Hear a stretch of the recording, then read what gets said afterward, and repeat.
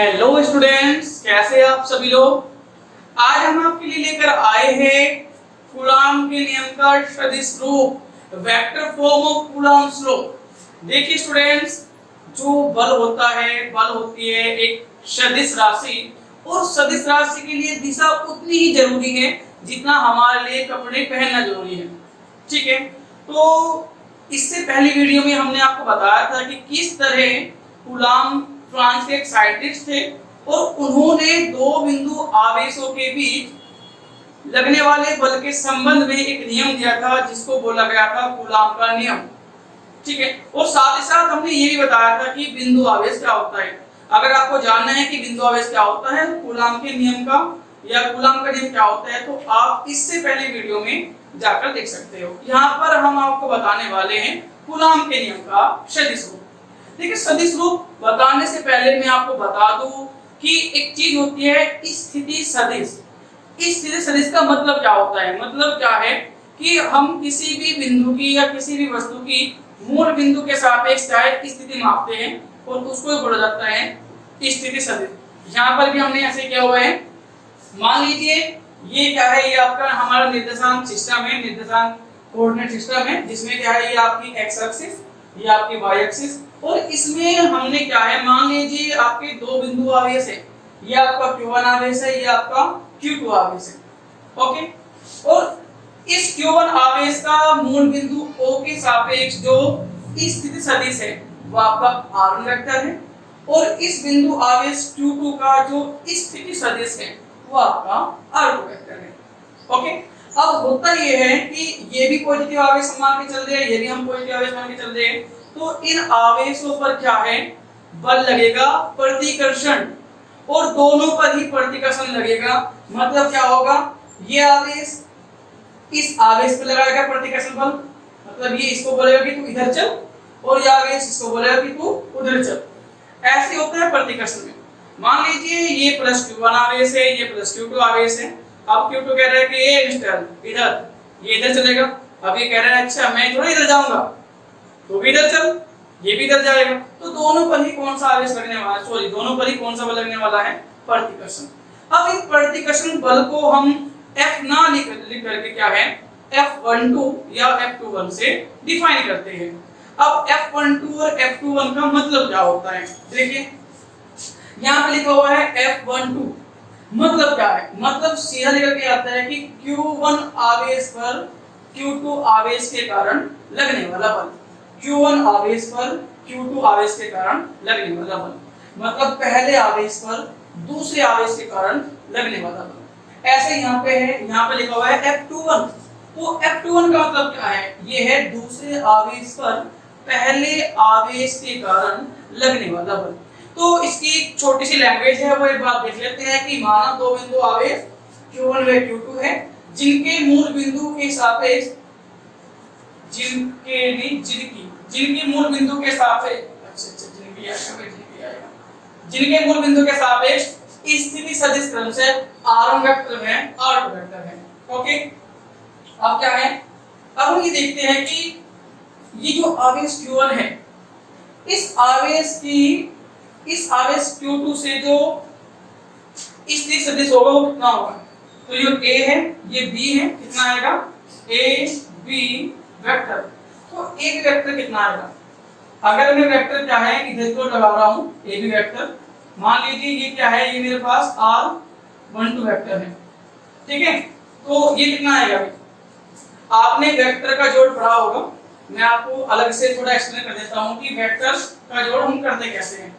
इसके लिए हम पढ़ते हैं त्रिभुज का नियम। मान लीजिए ये कोई त्रिभुज है, ये मान लीजिए O पॉइंट है, ये A है, ये B है, और इसका वेक्टर इधर की ओर है, इसका वेक्टर इधर की ओर है, ये वाला वेक्टर इधर की ओर है। तो आपको क्या करना है, आपको किसी भी एक दिशा से चलना है और उसी में चलता रहना है। अगर कहीं आप अपनी ही दिशा में चल रहे हो तो चिन्ह लेना है प्लस, और अगर आप अपनी ही दिशा के विपरीत चल रहे हो तो चिन्ह लेना है माइनस। कैसे, मान लीजिए मैं चल रहा हूं ऐसे, ठीक है, अब जो वेक्टर मेरी दिशा में होगा उसको मैं पॉजिटिव लेकर चलूंगा, और जो वेक्टर मेरे विपरीत होगा उसको मैं नेगेटिव लेकर चलूंगा। तो ये है OA वेक्टर। ओके, ये है OA vector, plus A B vector plus नहीं minus O B vector equals to 0। ये माइनस मैंने क्यों किया? ये माइनस मैंने इसलिए किया क्योंकि ये वाला वेक्टर इस दिशा में था, ये वाला वेक्टर इस दिशा में था, तो लेकिन जो ओ बी वेक्टर है वो मेरे अपोजिट था और इनका सबका जोड़ क्या होता है? 0 होता है। आप यहाँ से किसी की भी वैल्यू निकाल सकते हो, यही रूल मैं यहाँ पर अप्लाई करने वाला हूँ। ये वाला जो सदिश है इसकी दिशा ये वाली है, इसकी दिशा आपकी ये वाली है, मुझे निकालना है ए बी वेक्टर। तो मैं क्या काम करने वाला हूँ, पहले जो है हम रफली इसको करके देखते हैं एक बार। ये कितना आएगा? ओ ए वेक्टर, फिर कितना आएगा? प्लस ए बी वेक्टर, और ये कितना है? Minus O B vector equals to 0। यहां से मुझे किसकी वैल्यू चाहिए? ए बी वेक्टर की वैल्यू चाहिए, तो ए बी वेक्टर कितना आएगा? ये आएगा O B vector minus O A vector. तो ये बड़ा सिंपल था, आप डायरेक्ट लिख सकते हो ओ B vector minus O A vector. ये मैंने आपको रफली करके बताया है कि किस तरह ये आपको यूज करना है, ठीक है। अब ए बी वेक्टर जो है उसको मैं लिख सकता हूं r12 वेक्टर, लिख सकता हूं r12 वेक्टर। ओके, ये जो ओ बी वेक्टर है ये लिख सकते हैं हम इसको r2 वेक्टर, और उसको लिख सकते हैं हम r1 वेक्टर। ओके, तो अब हम क्या करने वाले हैं? अब हम बताने वाले हैं किसको? आवेश किससे भाई? आवेश Q2 से Q1 की ओर, आवेश Q2 से Q1 की ओर स्थिति सदिश, आवेश Q2 से Q1 की ओर स्थिति सदिश, इसको हम एक्सप्लेन करने वाले हैं यहाँ पर। देखिए स्टूडेंट, Q2 से Q1 की ओर, तो Q2 से Q1 की ओर हम चलेंगे ऐसे, Q2 से Q1 की ओर, और इसको हम लिख देंगे R21 वेक्टर। ओके, तो लिखते हैं इसको हम क्या लिखने वाले हैं? इसको लिखने वाले हैं हम B A vector. Okay, B A vector का वैल्यू कितनी होगी? बी ए वेक्टर की वैल्यू कितनी होगी? इसको रफली सॉल्व करके देख लेते हैं एक बार। देखिए इस बार हमारा वेक्टर ये नहीं है, इस बार हमारा वेक्टर क्या है? ये वाला है। तो चलिए हम लेकर चलते हैं इधर से, मान लीजिए हम इधर से चल रहे हैं, तो ये कितना आएगा हमारे पास? ओ ए वेक्टर। पहले भी इस बार क्या है? इस बार ये वाला वेक्टर मेरे क्या है? अपोजिट है, तो मैं लिखूंगा क्या? माइनस के बी ए वेक्टर, और इस बार फिर ये वाला वेक्टर मेरे अपोजिट है, तो माइनस के O B vector equal to 0। मुझे क्या चाहिए? मुझे चाहिए बी ए वेक्टर, तो बी ए वेक्टर कितना आएगा? इसको इधर ले जाओ, ये आएगा O A vector minus O B vector. तो ये चीज मैं यहाँ पे लिख सकता हूँ बड़े सिंपल तरीके से, O A vector minus O B vector. देखो वेक्टर फॉर्म थोड़ी टिपिकल सी है, ये चीजें अगर आपको क्लियर हैं, क्योंकि 11th क्लास में आप वेक्टर पढ़ के आए हो, आपने पढ़ा हुआ है कि वेक्टर का सम कैसे होता है। और अगर आपको नहीं क्लियर है तो हम कुछ दिनों बाद 11th क्लास का फिजिक्स भी लेकर आएंगे, वहां पर बहुत अच्छे से एक्सप्लेन करेंगे कि वेक्टर को किस तरह जोड़ा या घटाया जाता है। ओके, तो इसको मैं क्या लिख सकता हूँ? बी ए वेक्टर को, देखो बी ए वेक्टर, इसको लिख सकता हूँ मैं R21 वेक्टर। ये ओ ए वेक्टर है, इसको R1 vector minus R2 vector, ठीक है। तो अब बात कर लेते हैं कि जो हमारा F12 या फिर F21 होगा उनकी वैल्यू क्या होगी? F12 या फिर F21। तो सबसे पहले निकालते हैं F12, मतलब क्या है कि Q1 आवेश पर Q2 आवेश के कारण लगने वाला बल, Q1 आवेश पर Q2 आवेश के कारण लगने वाला बल कितना होगा? F12। ओके, यहाँ वेक्टर फॉर्म यूज करेंगे हम। तो ये तो आपका सिंपल ही है, 1/4 पाई epsilon not Q1 Q2 upon, आपको कौन सी दिशा लेनी है? आपको दिशा लेनी है कि देखो ये वाला जो आपके पास क्या है, F12 वेक्टर किधर की ओर जा रहा है, इधर की ओर, तो आपको दिशा भी इधर वाली देनी है, और इधर वाली दिशा कौन है, R21, ठीक है। तो मैं क्या लिखूंगा इसको, R21 का स्क्वायर और साथ में R21 का एकांक सदिश। देखिए ये जो R21 के ऊपर मैंने कैप लगाया हुआ है, इसको बोलते हैं एकांक सदिश। ये दिखाई दे रहा है, ये वाला, हाँ, इसको बोलते हैं एकांक सदिश। और एकांक सदिश की जो वैल्यू होती है, एकांक सदिश की जो वैल्यू होती है वो क्या होती है, अब हम आपको बताएंगे एकांक सदिश क्या होता है। देखिए एकांक सदिश की जो वैल्यू होती है वो 1 होती है, और एकांक सदिश की जो रूप होता है, मान लीजिए ये a कैप लिखा हुआ है, तो इसका मान होता है a vector upon a vector का मोड, मतलब a vector upon a vector का मापांक, या आप सिंपल ये भी लिख सकते हो कि a vector upon a, it's a very easy. तो चलिए एक बार इसको वेक्टर फॉर्म में लिखकर दिखाएंगे हम आपको, इसको रब कर देते हैं, ठीक है।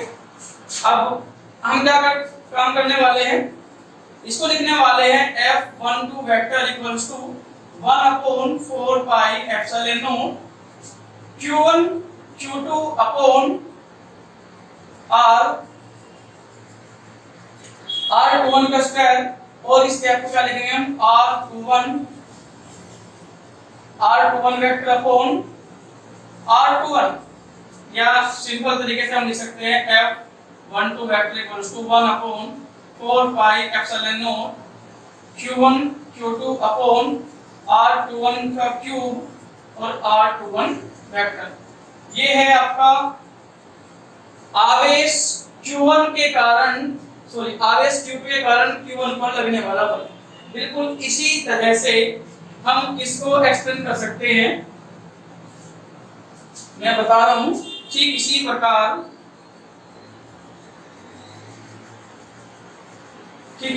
इस बार हम थोड़ा स्पीड से चलेंगे तो वीडियो बड़ी हो जाती है, फिर आपको प्रॉब्लम होती है। ठीक इसी प्रकार क्या है भाई,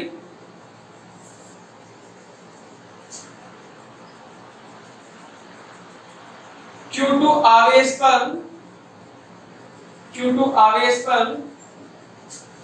Q1 आवेश के कारण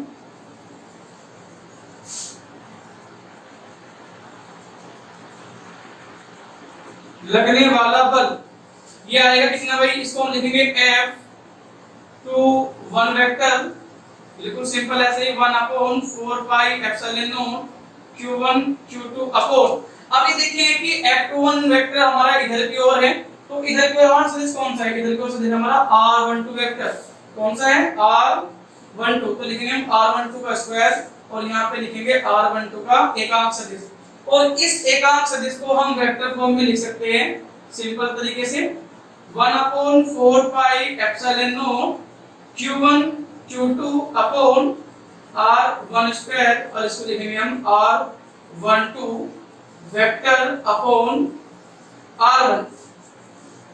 ओके स्टूडेंट, अब इसको सिंपल वे में हम लिख सकते हैं कि F21 vector equals to 1 upon 4 pi epsilon not Q1 Q2 upon R12 का क्यूब और R1 को वेक्टर। ओके ठीक है। देखो स्टूडेंट्स क्या है, इनमें सिर्फ और सिर्फ इतना ही फर्क है, क्योंकि हम जानते हैं, अभी हमने लिखा हुआ था कि जो R12 वेक्टर है वो बराबर है R21 वेक्टर के, पर लेकिन माइनस चिन्ह के साथ। आप देख सकते हो पहले भी हमने जिस तरह लिखा हुआ है इस चीज को, क्योंकि आप कंपेयर करके देख लो R12 की वैल्यू कितनी आती है और फिर R21 की वैल्यू कितनी आती है, माइनस चिन्ह लगाकर आप देखो तो ये वैल्यू क्या है, इस तरह से सेटिस्फाई करेगी। इसका मतलब क्या है, इसका मतलब है कि F12 वेक्टर F21 वेक्टर के क्या हो जाता है, बराबर हो जाता है। और यही है कूलॉम के नियम के सदिश रूप का महत्व। कूलॉम के नियम के सदिश रूप के दो महत्व होते हैं। पहला महत्व क्या है, पहला महत्व ये है कि ये नियम हमें न्यूटन के तीसरे नियम को बताता है। न्यूटन के तीसरे नियम को, कौन से को, क्रिया प्रतिक्रिया नियम को। और दूसरा दूसरा ये बताता है, दूसरा हमें ये भी बताता है कि जो हमारे पास वैद्युत बल होते हैं वे हमेशा क्या होते हैं, केंद्रीय बल होते हैं। हमने केंद्रीय बल क्यों कहा, क्योंकि F12 और F21 भी दोनों ही एक लाइन के अनुदिश कार्य कर रहे हैं, इसलिए क्या है, ये है न्यूटन के ये है कूलाम के जो नियम है आपका वेक्टर रूप उसका महत्व। ठीक है।